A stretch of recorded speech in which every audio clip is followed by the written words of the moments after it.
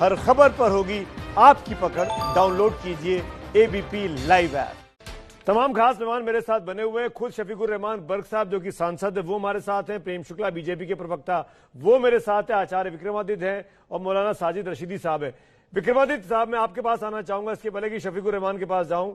ये बताइए क्या इस तरह की मांग जानबूझ के की जा रही है इस बकरीद के मौसम में? आपको क्या लगता है विक्रमादित्य? देखिए सुमित जी, ये बड़ा विचित्र है इस देश के अंदर कि पढ़े लिखे सांसद जो अपने आगे डॉक्टर लिखते हैं और सांसद भी हैं, उसके बाद भी ऐसी बात कर कर इस देश में जबरदस्ती एक नया बवाल करने का प्रयास कर रहे हैं। ये बहुत निंदनीय है और इसके लिए बहुत मुझे बताइए, मौलाना साद में भी यही बोला था। मौलाना साद भी इसी प्रकार से मरकज के अंदर जो जो बातें बोल रहे थे वही ये बोल रहे हैं और उनकी वजह से देश के अंदर कितनी भयानक स्थिति बन पाई। तो इनको सांसद रहते हुए कम से कम समझ जगाने का प्रयास करना चाहिए, सामाजिक सौहार्द बनाए रखने का प्रयास करना चाहिए। और यदि इतने पढ़े लिखे, इनके आगे मैंने भी देखा नाम के आगे डॉक्टर भी लिखा है, पता नहीं कौन सी रिसर्च कर रहे हैं, कहां से रिसर्च करी है, पूरा वर्ल्ड इस बात को समझाने का प्रयास कर रहा है। यहाँ की WHO ने भी कहा है कि भैया एक बात समझ लीजिए कि वेजिटेरियन रहेंगे तो यहां तक उन्होंने तो यहां तक कह दिया कि वेजिटेरियन रहने से कोरोना कम होता है। इस बात को भी हमें समझना चाहिए, हर चीज को, और हर चीज को एक वक्त के हिसाब से, समय के अनुसार से कहने का प्रयास करना चाहिए। वो धार्मिक नीति का पालन करना चाहिए। और आपकी बात का जवाब देना चाह रहे हैं बर्क साहब, लेकिन उसके पहले साजिद रशीदी का एक व्यू पॉइंट जानना जरूरी है। साजिद रशीदी, क्या बर्क साहब ने गलत बयानी की? उनको इस तरह की मांग अपील नहीं करनी चाहिए थी? साजिद रशीदी सुन नहीं पा रहे मुझे शायद, लेकिन लौटूंगा उनके पास। बर्क साहब, आपने सुना दो लोगों की बात, प्रेम शुक्ला की और आचार्य विक्रमादित्य की। आपको लगता है कि आपसे गलत बयानी हो गई, आपको ये अपील नहीं करनी चाहिए थी? नहीं, ये अपील करना, मैंने जो कुछ भी अपील की है तो कानून के दायरे में की है। भारत हमें बोलने का, अपनी बात करने का कानूनी हक है या नहीं।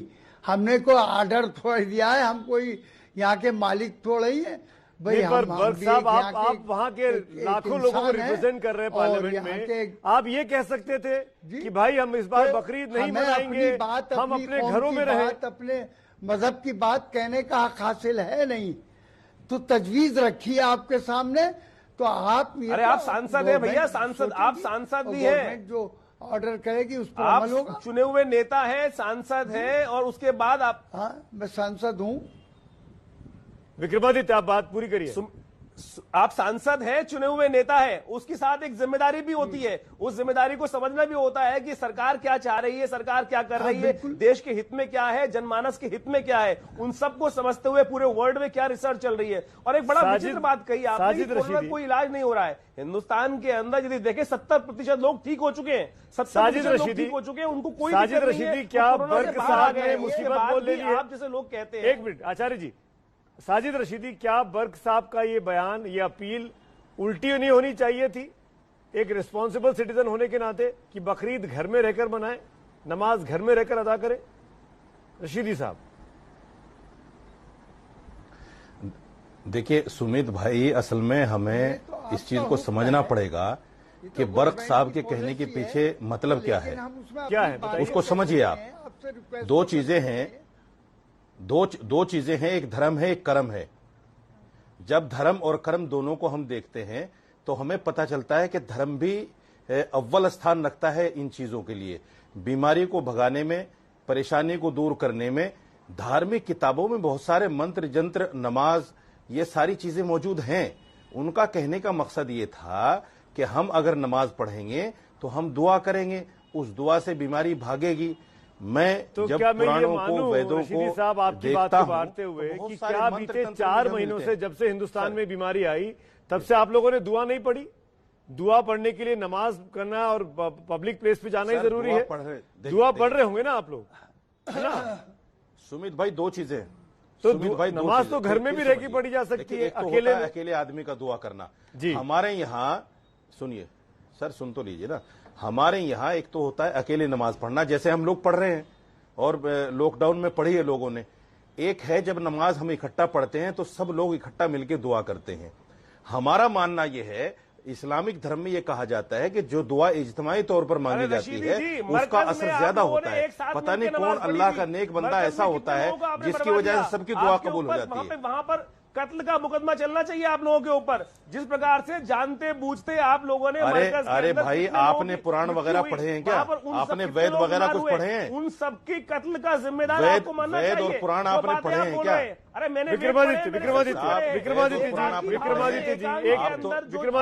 विक्रमादित्य जी, मुकदमा क्या चलेगा क्या नहीं चलेगा अदालतें तय करेंगी, लेकिन बकवास करने से कुछ नहीं होता। एक मिनट रशीदी साहब, मैं हूं ना, मैं रशीदी साहब, मेरा सम्मान करिए, समझिए मैं हूं। एक मिनट में प्रेम शुक्ला, नहीं प्रेम शुक्ला, क्या ये मंच नहीं है? एक मिनट आचार्य जी और रशीदी साहब, पुराण में कहना है प्रेम शुक्ला ऑन स्क्रीन। प्रेम शुक्ला, क्या इस वक्त ये अपील नहीं करनी चाहिए हम सबको कि अपने अपने घरों में रह के सोशल डिस्टेंसिंग के नियमों का पालन करते हुए अपने मजहब के हिसाब से दुआ करें, प्रार्थना करें कि ये बीमारी खत्म हो? किसने मना किया? थाली ताली क्या था? ये तो चीजें थी। निश्चित तौर पर देखिए, यहाँ पर जो है दो बैठे हुए हैं जो एक संप्रदाय को मानते हैं, उसमें आचार्य जी मैं हूँ। हम में से कोई नहीं कह रहा कि साहब जो है कृपा करके नवरात्रि सामूहिक करिए, सामूहिक यज्ञ कीजिए, सामूहिक रूप से खड़े होकर प्रार्थना कीजिए, सामूहिक आरती कीजिए, ऐसा कोई नहीं कह रहा। दूसरी तरफ एक सांसद है बर्क साहब, वो कह रहे नहीं हमको तो जो है अवसर मिलना चाहिए, इस तरह करने से बढ़ेगा। दूसरा उनके ही धार्मिक गुरु साजिद रशीदी बैठे हुए, वो भी वही बात कर रहे हैं। तो साहब क्या कारण है? एक संप्रदाय विशेष के दो लोग, एक सांसद है, डॉक्टर है, दूसरे मौलवी है, ये दोनों जन जो है मरकज वाली बात ही क्यों करते हैं? मौलाना साहब के सुर में सुर क्यों मिलाते हैं? जवाब दीजिए रशीदी साहब, शंकराचार्य का रशीदी साहब जवाब दीजिए प्रेम शुक्ला का, फिर मैं आता हूँ। शुक्ला साहब देखिए, शुक्ला साहब आप लोगों की आदत है किसी भी बात को तोड़ मोड़ के पेश करना। हम अड़े हुए नहीं है कि ऐसा ही होना चाहिए। हमने एक बात कही है, नहीं हम अड़े हुए नहीं है। अगर हम अड़े हुए होते हम लॉकडाउन को नहीं मानते। हम अड़े हुए नहीं है। हमने ईद जो हमारा सबसे बड़ा त्योहार है, हमारा जो सबसे बड़ा त्योहार है ईद, हमने उसको नकार दिया। सबसे बड़ा त्योहार ईद है हमारा, हमने नकारा उसको। आप तोड़ मोड़ के बात मत कीजिए, आप नफरत मत फैलाइए, ये गलत बात है। आप हमारी भावनाओं को समझिए। आप हम देश के हित में करना चाहते हैं। सुनिए शुक्ला जी, अच्छा सुनिए, मेरे पास एक फॉर्मूला है। अरे सुन लीजिए प्रेम शुक्ला एक मिनट, मौलाना साहब एक मिनट, मेरे पास एक फॉर्मूला है। सुनिए, हम एक कंस्ट्रक्टिव डिबेट के लिए बैठे हैं ताकि जब खत्म करें तो एक किसी निष्कर्ष पर पहुंचे। तू मैं समय ऐसे ही जाया हो जाएगा। बर्क साहब आप डॉक्टर हैं, मौलाना साहब आपकी बकरीद आ रही है, आपका सबसे बड़ा त्योहार है, आप दो बता रहे हैं। क्या ये बैठकर तय नहीं हो सकता कि एक कोई वक्त मुकर्रर कर ले पूरे हिंदुस्तान के मुसलमानों के लिए कि इतनी बजे अपने अपने घरों से, अपनी अपनी छतों से नमाज अदा की जाए और इस बीमारी को खत्म करने के लिए दुआ मांगी जाए? क्या आप ये तय नहीं कर सकते कि 11 बजे, 12 बजे, 1 बजे कोई टाइम मुकर्रर कर दीजिए और उसके बाद पूरा हिंदुस्तान के मुसलमान एक साथ बैठ के नमाज पढ़े और बीमारी दूर हो जाएगी? ये तो आप कर सकते हैं ना अपील, रशीदी साहब। बिल्कुल हो सकता है, क्यों नहीं कहते? सुमित भाई, हिंदू मुसलमान का रंग क्यों दे रहे हैं? बीमारी से सभी परेशान हैं। देखिए सुनिए सर, सुमित भाई, इसको हिंदू मुसलमान का रंग नहीं दे रहे हैं हम, और न ही हमारा मकसद ये है कि हम किसी तरह इकट्ठे होकर ऐसा काम करें। हम सिर्फ ये कहना चाहते हैं, बकरीद में दो चीजें हैं। एक तो है नमाज पढ़ना, इबादत करना, एक उससे भी बड़ी इबादत हमारी है कुर्बानी, जो हिंदू धर्म में भी है, जिसको बलि का नाम दिया जाता है, और ईसाई धर्म में भी है। सब धर्मों में बलि का जिक्र है, कुर्बानी का जिक्र है। हमारे इस त्योहार में कुर्बानी भी आती है। आप ये समझिए कि हमारी दो इबादतें जमा है। हम दो इबादतों को करना चाहते हैं तो सरकार हमें इस तरह की एक गाइडलाइन दे दे कि आप नमाज को ऐसे पढ़िए और कुर्बानी को ऐसे कर लीजिए। हम ये नहीं कहते कि नहीं हमें इकट्ठा होकर ही सब करना है। सरकार ये कहती है अपने घरों में रहकर नमाज पढ़िए, अपने घरों में रहकर कुर्बानी कीजिए, कोई दिक्कत नहीं। शाही इमाम ने जो कहा इसीलिए तो पूरा बवाल खड़ा हो गया। बर्क साहब सांसद हैं, आप अपील करिए देश के मुसलमानों से। सुमित भाई, शाही इमाम ने, बर्क साहब अपील करिए देश के मुसलमानों से, एक वक्त पर हम लोग नमाज पढ़ेंगे घरों में रहकर। एबीपी न्यूज पर सकारात्मक डिबेट को आगे बढ़ाइए। ये देखिए कि सारे मुसलमानों ने लॉकडाउन का पालन किया, हिंदुओं ने भी किया, क्रिश्चियंस ने भी किया, सिखों ने भी किया किसी बात का। ये चूंकि हमारा एक त्योहार है और साल भर में एक मर्तबा आता है, तो त्योहार के मौके पर हमने आपसे अपील। अरे जनाब, ये पूरे हिंदुस्तान का त्योहार है भाई, आप इसको सिर्फ अपना क्यों बनाना चाहते हैं? तो सब हम जब दिवाली मनाते हैं तो हम आपके साथ मनाते हैं, हम जब होली मनाते हैं आपके साथ मनाते हैं, तो आप ये बकरीद हमारे साथ क्यों नहीं मना सकते हैं? और इसको क्यों मुसलमान का रंग दे रहे हैं? बर्क साहब, इसको सिर्फ आपका त्योहार मत बोलिए ना, पूरे हिंदुस्तान का त्योहार है, पूरी दुनिया का त्योहार है। उसमें आपको इतना बुरा लग रहा है, इतना महसूस हो रहा है कि आप हमें बोलने की इजाजत भी नहीं दे रहे हैं। बोलिए। अगर हमने कोई बात आपके सामने कानून के दायरे में अपना प्रपोजल रखा है तो ये आपकी जिम्मेदारी है कि आप उस पर गौर करें और फैसला दे दें उस पर। फैसला तो जिलाधिकारी आपका डीएम दे देगा, लेकिन हमें भी बात कहने का हक हासिल है। बिल्कुल हक हासिल है, आपने अपनी बात कही, राइट भी नहीं देंगे हमें। आपने अपनी बात कही और अपनी बात पर जब आपको एहसास हुआ कि आपसे गलती हो गई तो आप अपना बयान वापस भी ले सकते हैं। हुक्म ये भी आपको अधिकार है, तोड़ दिया है हमारी सरकार। पर आप ये अपील तो कर सकते हैं ना अपने इलाके के लोगों से, हिंदुस्तान के तमाम मुसलमानों से, एक वक्त पर नमाज पढ़े। हमें पढ़ने की इजाजत आप बोलिए ना, एक वक्त पे अपने अपने घरों में रहकर नमाज पढ़ेंगे। आएगा जो गाइडलाइंस आएंगी फिर उसके हिसाब से हम काम करेंगे। अच्छा, आपने जो बात कही क्या अखिलेश यादव से पूछ के कही, अपनी पार्टी के अध्यक्ष से? लेकिन देखिए ये मसला भाई मैं ऐलान करता हूँ, हिंदू मुस्लिम का नहीं। बर्ग साहब, क्या आप जो बोल रहे से जुड़ा हुआ हैं है इसके पीछे अखिलेश यादव जी की मंजूरी है, आपकी पार्टी के अध्यक्ष? मैं ऐलान करता हूँ, मैं ऐलान करता हूँ आपके चैनल नहीं फैलानी चाहिए इसमें। एक नफरत की निगाह से मत देखो आप इसको, बल्कि मोहब्बत की निगाह से देखिए। मैं भी मोहब्बत की निगाह से कह रहा हूँ कि एक बार गाइडलाइन आ जाती है उसके बाद आप बयान देते। आपने गाइडलाइन दिए बगैर आपने बयान जारी कर दिया, आप पब्लिक में आ गए। मैं इसीलिए कह रहा हूँ। रशीदी साहब कुछ बोलना चाह रहे हैं। रशीदी भाई मैं ऐलान करता हूँ, सुनिए, बोलिए, बोलिए, एबीपी न्यूज पर बोलिए। रशीदी भाई मैं ऐलान करता हूँ, आपके चैनल के माध्यम से मैं ऐलान करता हूँ कि मुसलमान अलग अलग अपनी अपनी जगहों पर नमाज पढ़ें, अपने अपने घरों में कुर्बानी करें, इकट्ठे ना हो। इस बीमारी से बचने के लिए खुद भी बचें, दूसरों को भी बचाएं, अपने घरों में कुर्बानी करें, अपने घरों में नमाज पढ़ें। मैं ऐलान कर रहा हूं आपके चैनल से, और इसको अदरवाइज मत लिया जाए।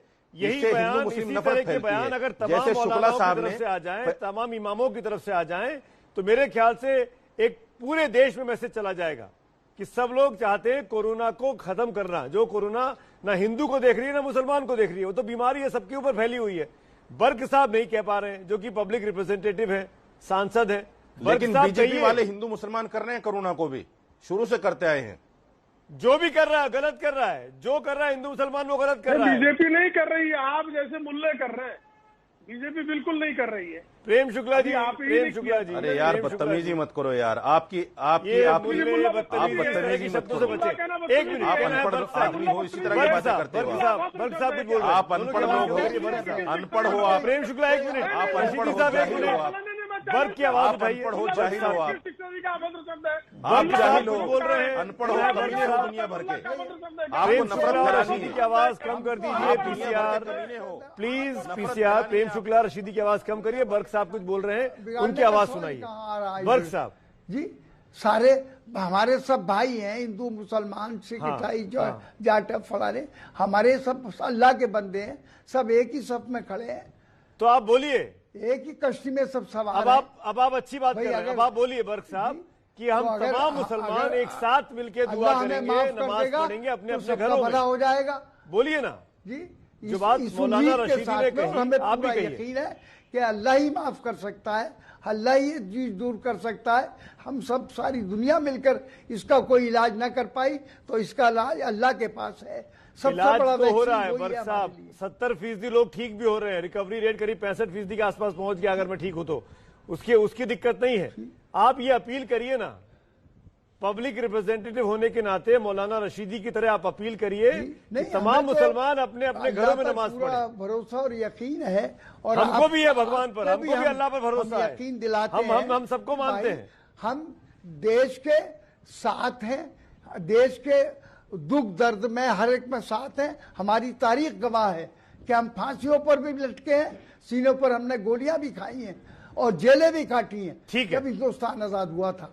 बिल्कुल, आपने भी खाई है, हमने भी खाई है, सबने खाई है, हमारे भी पुरखों ने खाई है। आप तमाम लोग मेरे साथ बने हुए हैं, तमाम लोग मेरे साथ बने हुए हैं। लेकिन अब बर्ग साहब के बयान में थोड़ा सा बदलाव आया है, थोड़े से अकोमोडेटिव दिखाई दे रहे हैं। और उम्मीद करता हूं कि जब तक चर्चा खत्म होगी बर्ग साहब भी अपील करेंगे कि एक साथ हमको दुआ करनी है, लेकिन अपने अपने घरों में रह के नमाज पढ़ते हुए। मेरे साथ तमाम मेहमान बने हुए, लेकिन सबसे पहले सबसे सीधा मैं बर्क साहब के पास जाना चाहूंगा। बर्क साहब, आखिरी सेगमेंट है ये, मैं आपसे हाथ जोड़ के गुजारिश कर रहा हूं, जैसे आपने गुजारिश की अपने डीएम से, वैसे अब आप जनता की अदालत में हैं, देश भर के लोग आपको इस वक्त देख रहे हैं, आप एमपी हैं।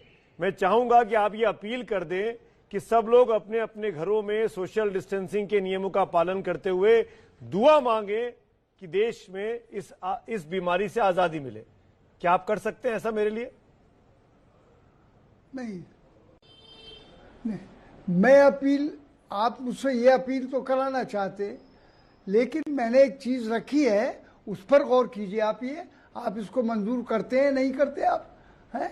अगर नामंजूर है, आपको रिजेक्ट करते हैं, तो फिर हम अपने घरों पर मना लेंगे।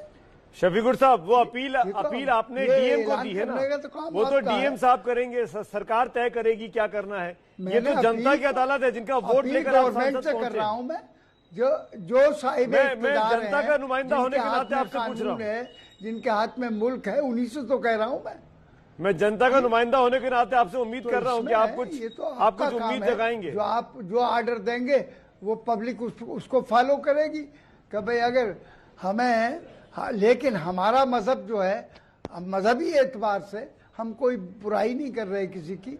इस्लाम तो खुद ही अमन का मजहब है। बर्क साहब, मैं फिर वहीं आ गया जहां से डिबेट शुरू किया था घंटे भर पहले। अमन चाहते हैं, हम भी कि भाई ये बीमारी आसपास रहने से फैलती है, काम करेंगे।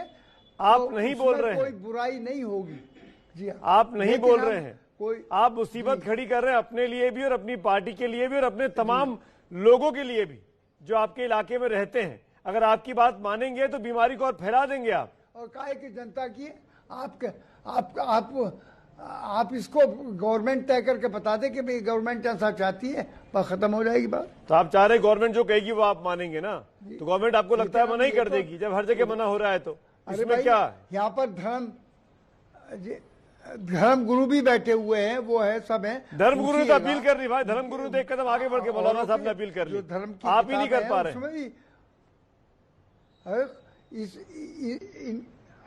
अल्लाह से और अपने पैदा करने वाले से, बहरहाल सबसे आखिरी इलाज जब हम मजबूर हो जाते हैं, बीमार होते हैं। चलिए, आप इंतजार करेंगे डीएम साहब का। शुक्रिया अदा करूंगा तमाम खास मेहमानों का चर्चा में जुड़ने के लिए। बर्क साहब के पास भरपूर मौका था कि अपील कर सकते थे, उन्होंने तो नहीं किया। लेकिन एबीपी न्यूज पर मौलाना रशीदी ने यह जरूर कहा कि हर मुसलमान अपने अपने घर में रह के नमाज पढ़े, सोशल डिस्टेंसिंग का पालन करे, ताकि बकरीद के मुकद्दस मौके पर यह कह सकें कि कोरोना को मात देने की हमारी दुआ कबूल शायद हो जाए।